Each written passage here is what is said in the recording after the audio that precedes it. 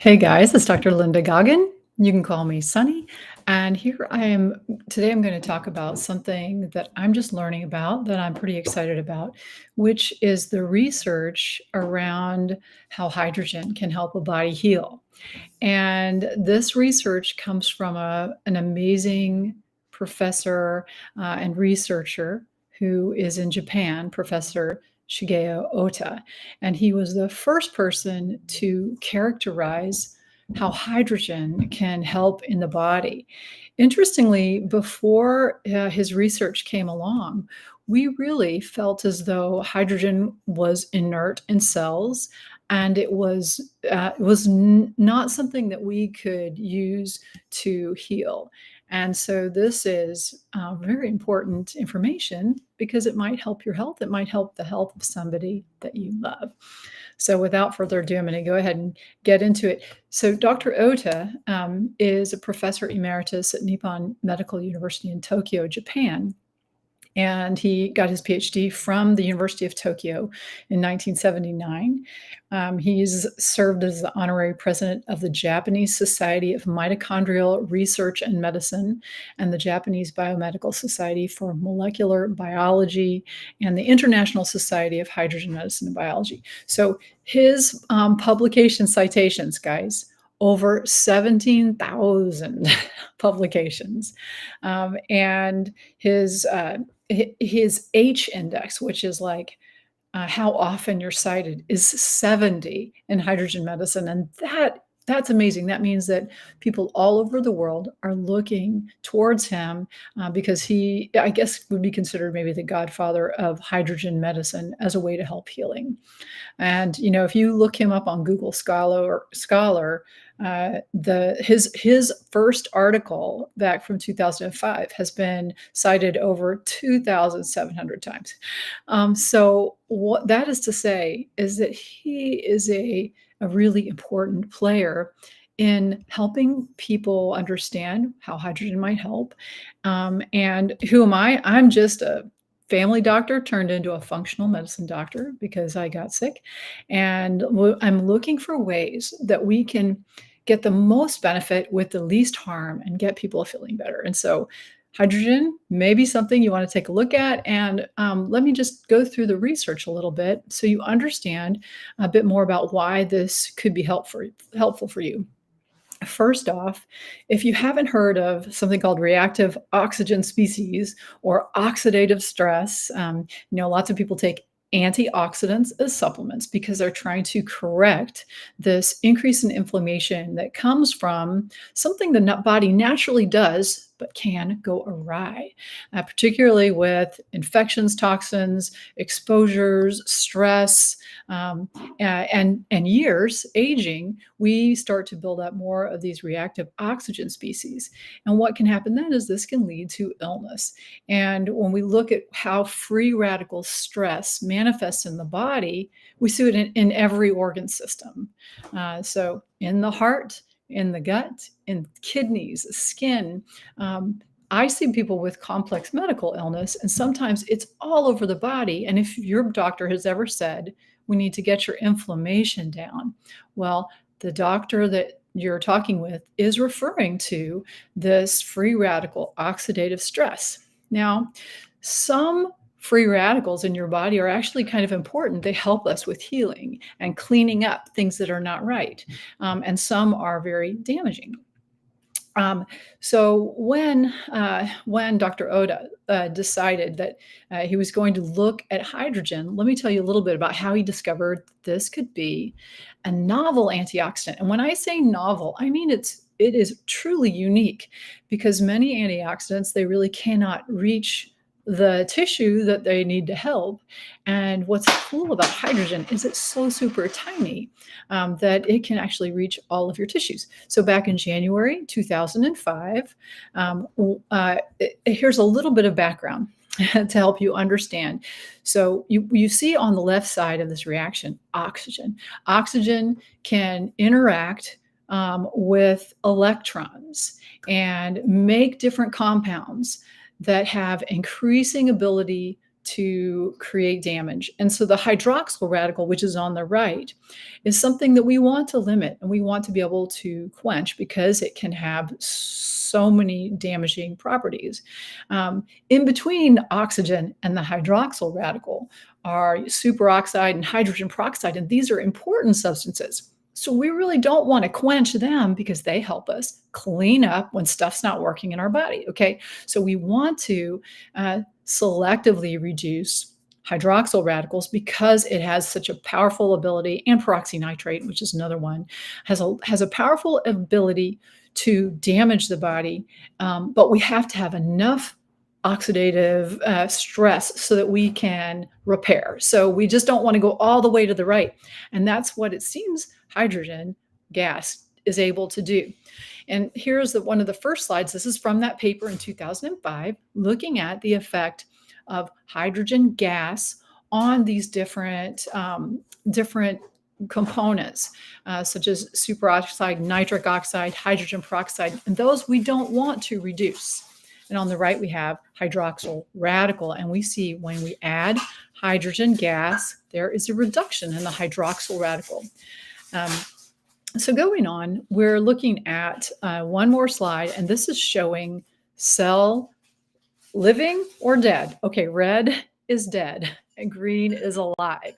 And they created an oxidative stress situation in glass, like in a petri dish, and then they added hydrogen to one set of the controls. And what we see is with time, at 15 minutes, 30 minutes, 45 minutes, and 60 minutes, in the samples that added hydrogen gas, you see more living cells. All right, so this is interesting, and this is an important finding, and this is the paper that kind of kicked it all off and led to Dr. Oda's interest in this field.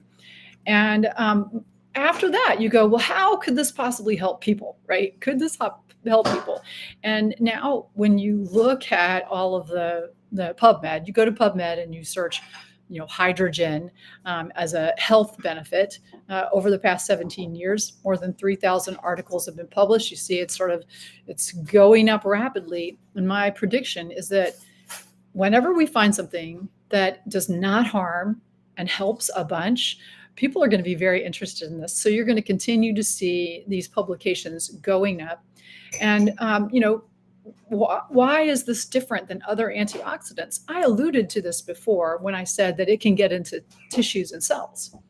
Well, interestingly, every cell, if you go back to your basic biology, every cell in your body is surrounded by a fatty bilayer membrane, right? So it's got this lipid membrane made of fats.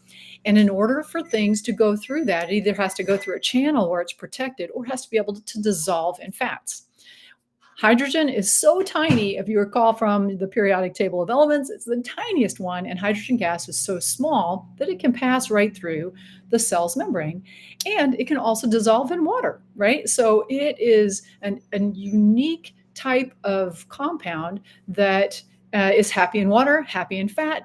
And that means it's so tiny that it can penetrate membranes and is able to get to those places where we need to reduce oxidative stress. And that potentially makes it maybe a healing agent. Let's look at the research so you can understand a little bit more about how we might use this and how this might help us maybe in the future, maybe tomorrow, maybe today. The ways that you can ingest hydrogen gas is by inhaling it, drinking it.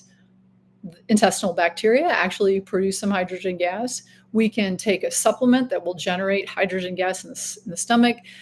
People have done studies looking at it in drops.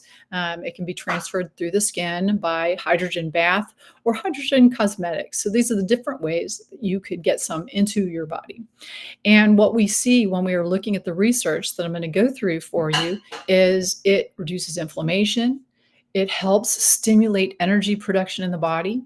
It can help prevent cell death and help to make sure that the healthy cells stay alive and the cells that are not working well are going through autophagy. So regulating autophagy, which is actually when we clean up the dead wood and we get rid of cells that are not working. And when we look at the papers, we see that there have been, looking at different disease models in animals, over 200 different kinds of disease models have been looked at. And already we've had more than 200 clinical studies published around the potential benefits of hydrogen. And what areas are people looking at? Of course, the big problems in our society, such as cardiovascular issues, dementia, acute diseases, things like diabetes, things like obesity, and uh, metabolism issues. And because everyone wants to stay young, people are looking at it for prevention, for anti aging, for sports performance, and for beauty. Even looking at how could it benefit our pets? How could it benefit the growth of plants? And if you can look in Nature, Springer Nature 2024, there is a review article, The Emergence, Development, and Future Mission of Hydrogen Medicine and Biology by Dr. Oda himself, called Molecular Hydrogen and Health and Disease. And that would be a paper that will give you a good overview. These are a few things I've already mentioned, but hydrogen, it's antioxidant, anti-inflammatory, anti-allergy, and stimulates cellular energy. So we're going to go through these and let's compare it to our conventional toolbox of medications. When we give a medication, usually it's very specific, one organ, one action, and in one direction. And many times we will have negative outcomes like adverse effects or side effects. But so far from hydrogen gas, there has not been any adverse effect so far. So, that still remains to be seen, but it's interesting as it's been going on for, 17 years. We're seeing a lot of clinical studies coming out. This is just a sense of, the across the breadth of medicine. We're seeing people looking at this in all different facets. And there have now been papers covering all of, I'm not going to read all these, different disease processes, but people have looked at many disease processes to try and understand how it can affect the body. And when we have something new in medicine, it's important we understand how it applies to each different part of medicine, right? So you can't say, oh, this works great for heart health, and therefore it's going to work great for everything else. It's just that doesn't follow. And we want to make sure we're using good studies to understand the effects. And so it's nice to start to see these meta-analysis looking like in the area of, in the dental area, for instance, in the cardiovascular area, in lipids, in fatigue and aerobic capacity and performance, cancer management. And these meta-analysis are things that you can look up on PubMed and find them so you can start to investigate for yourself whether or not this is something that you want to know more about, or maybe even use yourself. In the future, and that's the not too distant future, everybody is going to be using this. I'm just telling you that that's going to happen. And the people who are slow adopters, I think that's fine as long as someone who is a slow adopter really goes to look to the research and start to understand how it can affect the body. So let's go and start to talk a little bit about these studies that have supported the use of hydrogen gas in our health. So first, it has to begin with animals, right? We want to make sure it's safe. And we see that hydrogen in the mouse, in the tiny little fly, Drosophila and nematodes, extended the average lifespan. Now, it didn't extend the maximum lifespan, and that suggests that it probably is improving general health, but not like making telomeres bigger or anything like that. And when we look at how do we translate, okay, the average lifespan is extended for animals. How does this translate into medicine for people? Well, you need to start to look at selectively larger animals and try and then we'll apply it to people, right? And so this is where they started. They began with mice, and they actually created an ischemic area in the brain. That is, they kind of gave the little mices a stroke. Okay, and then they gave the mice hydrogen gas. Some of them, the ones who were in the active treatment group, and then some they didn't give the hydrogen gas. And what they saw, if you look at this, this is the little pictures of the brains. On the left side, the white areas are the dead areas in the brain.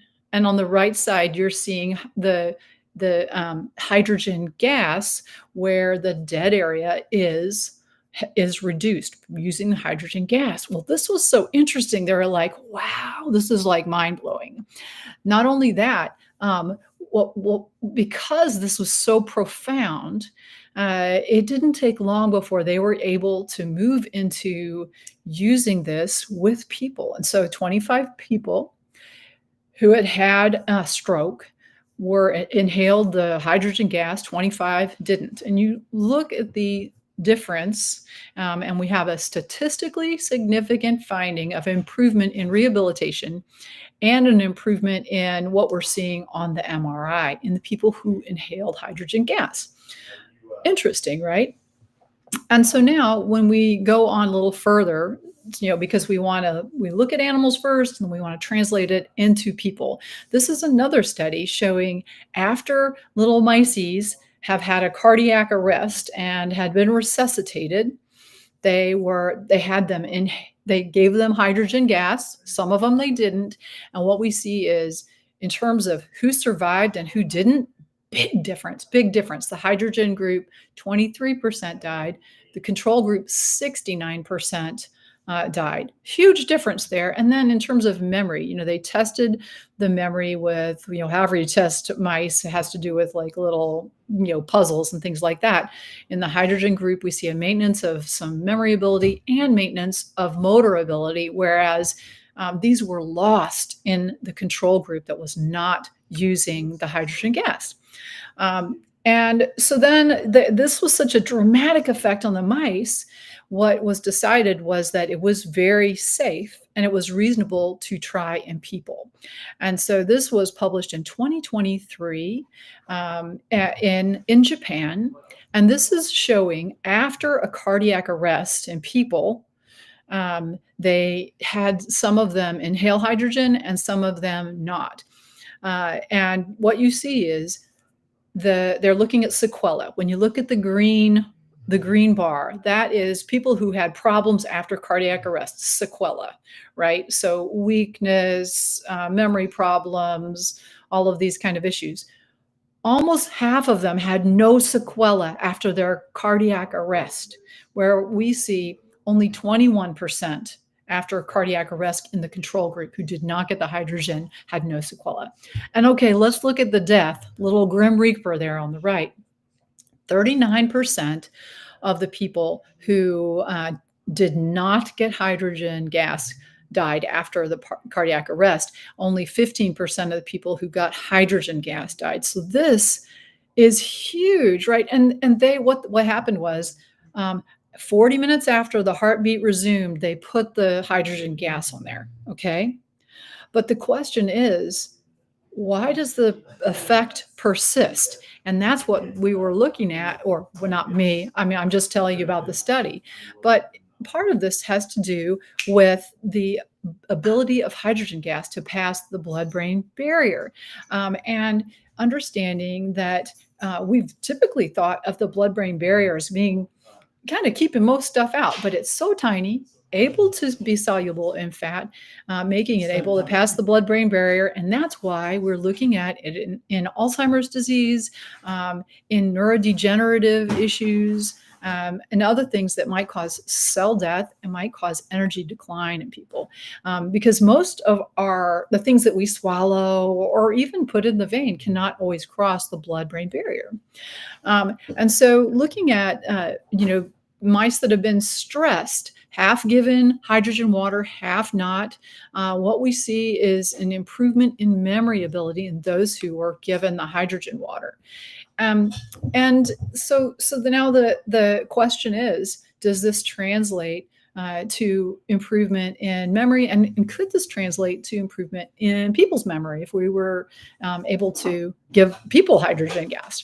When we look at a mouse model of Alzheimer's, we see that the changes we would usually see in a mousy brain with Alzheimer's are suppressed using hydrogen gas compared to controls.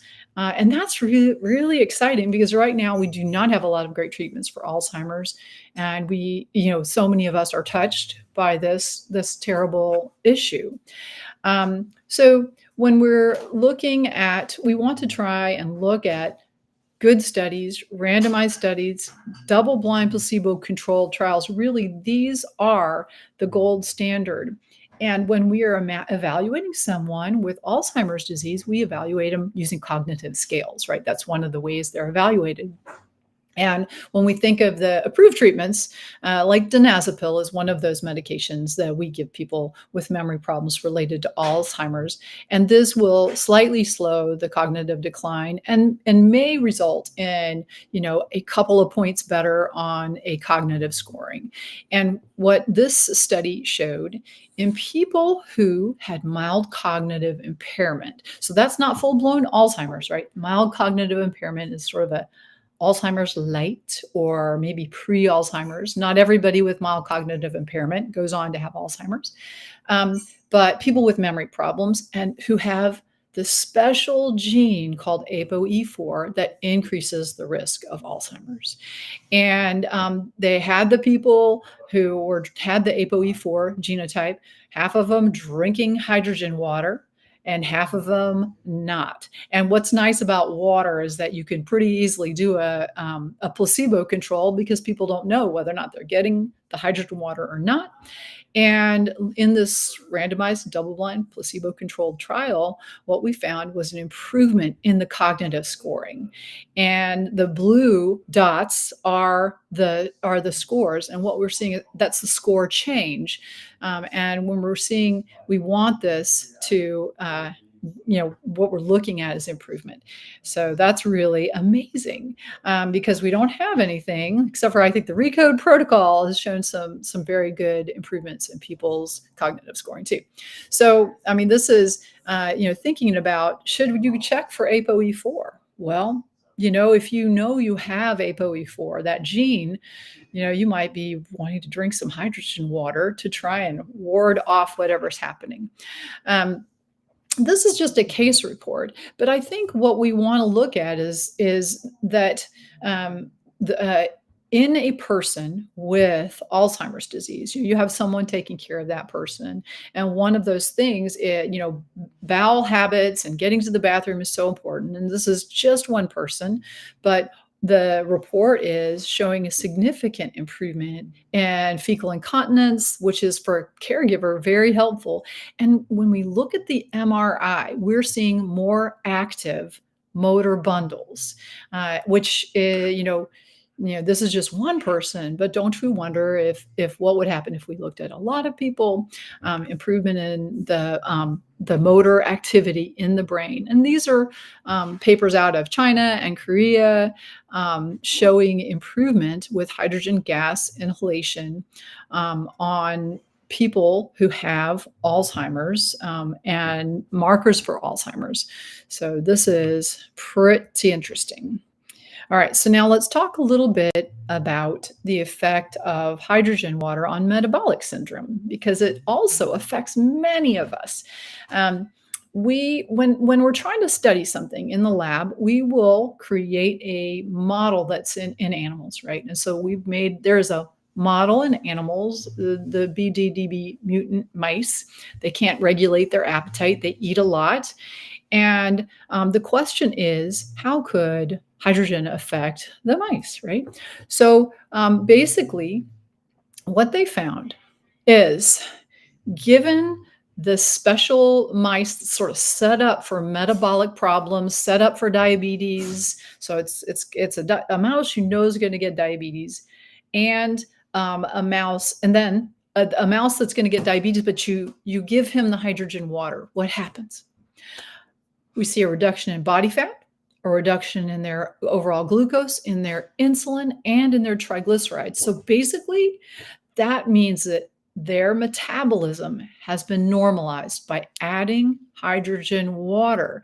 And this suggests that adding the hydrogen, it activates energy metabolism. And that's like, whoa, well, how could that be happening, right? I mean, we know we're quenching some inflammation, right? So as we talked about, well, and we'll talk a little bit more specifically about how it happens. We are quenching that inflammation, and but this is a very interesting finding, and it's unexpected, not expected. We know that when you give little mice high fat diet, they are going to have a shorter lifespan. That is what happens. And a normal diet is better, but a high fat diet with hydrogen water, the mice fare better. So that's very interesting. Also, this is out of the NPJ Aging in March of 2016.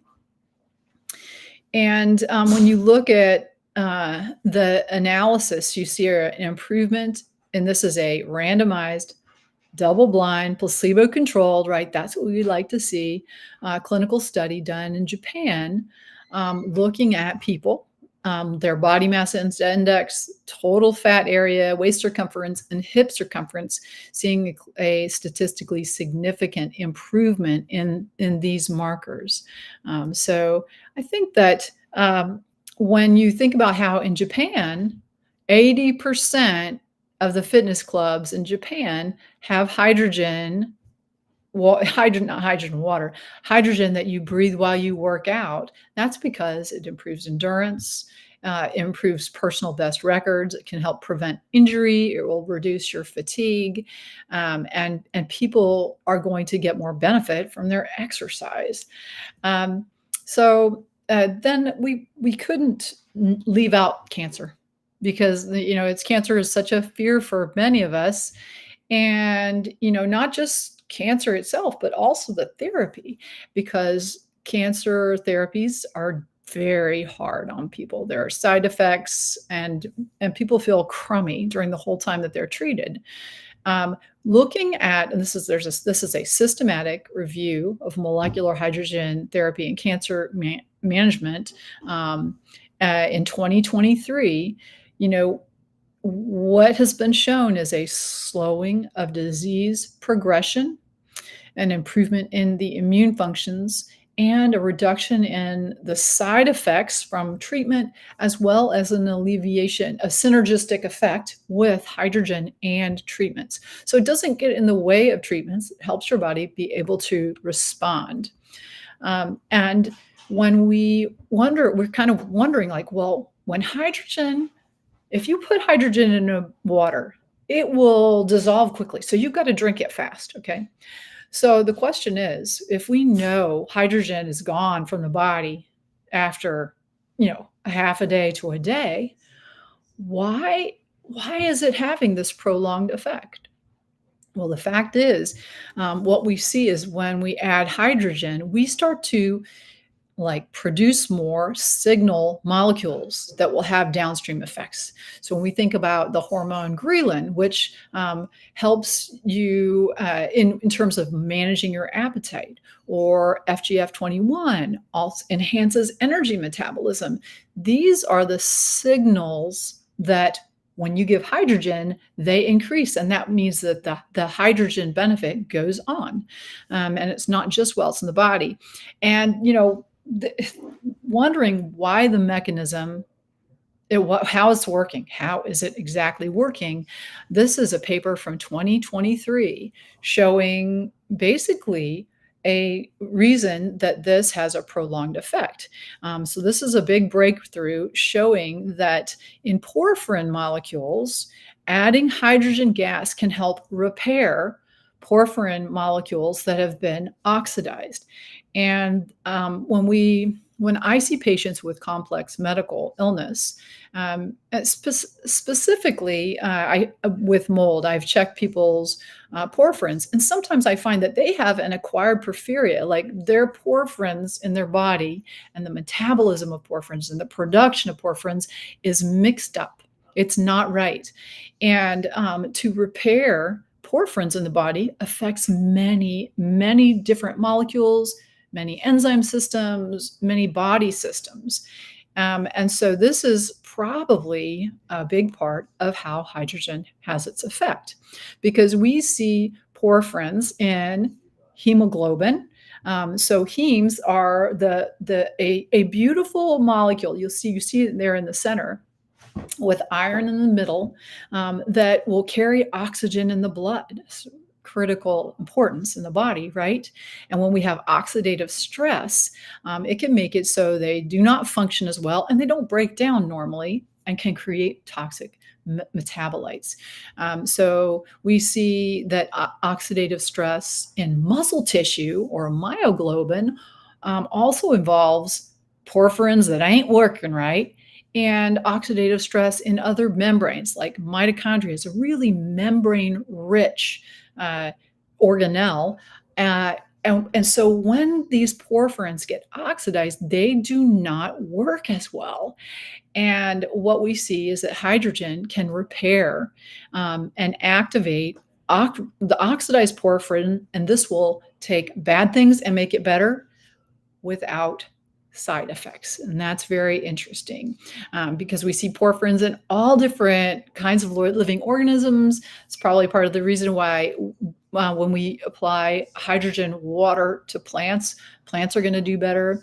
And even when we breathe out hydrogen from the lungs, the effects of hydrogen are going to maintain an effect through the body for a longer period of time. Lastly, I don't know if anybody got COVID, but I know I got COVID and I felt super sick. The reason we felt so sick when we got COVID is because we had an increase of something called cytokines. And inflammatory cytokines come from the body trying to protect itself, and sometimes they can get out of control. And understanding that hydrogen could potentially help to quench this cytokine storm, it's very interesting prospect. So what we see, and this is such a busy slide, I don't want you to worry too much about understanding every step of it, but the important thing is this shows us an inflammatory cascade that ends in poor energy metabolism and increase of inflammatory cytokines. But when you give hydrogen, when you add hydrogen gas to the system, we see an activation of PGC1 alpha, which helps regulate fatty acid metabolism. And we are going to see a reduction in this 4-HNE, which will slow down this peroxidation and this inflammatory process and slow down the production of inflammatory cytokines, which is so important. And here, this is just another, oh gosh, super busy slide, showing that when you add hydrogen gas, you are going to slow down the production of inflammatory cytokines. And these are really new ideas. And now everybody's heard that phrase, cytokine storm, in association with COVID. But the fact is, other things cause cytokine storms. And it's really when the body's innate immune system kind of goes a little bit bonkers, and it makes people not feel good. And instead of helping them heal, it helps them be inflamed. And everybody wants to lower inflammation, because what we're understanding now is markers for mortality are, am I getting enough nutrients? Am I getting enough protein? Am I adequately nourished? And how inflamed am I? So markers for inflammation and markers for adequate nourishment are really big when we're talking about how can we avoid mortality, stay well, and feel good. So I think, when you look at all of the things that hydrogen can do in the body, and there's going to be more discovered all the time, it's something interesting to consider as a strategy to help your body feel better. And I'm sure that you'll start to hear more and more about this. So I hope you found that interesting, and write a comment, ask me questions, or you can send me an email, clinic@feelgoodfunctionalmed.com, and I can answer your questions. So thanks for joining me. I hope you guys have a blessed day.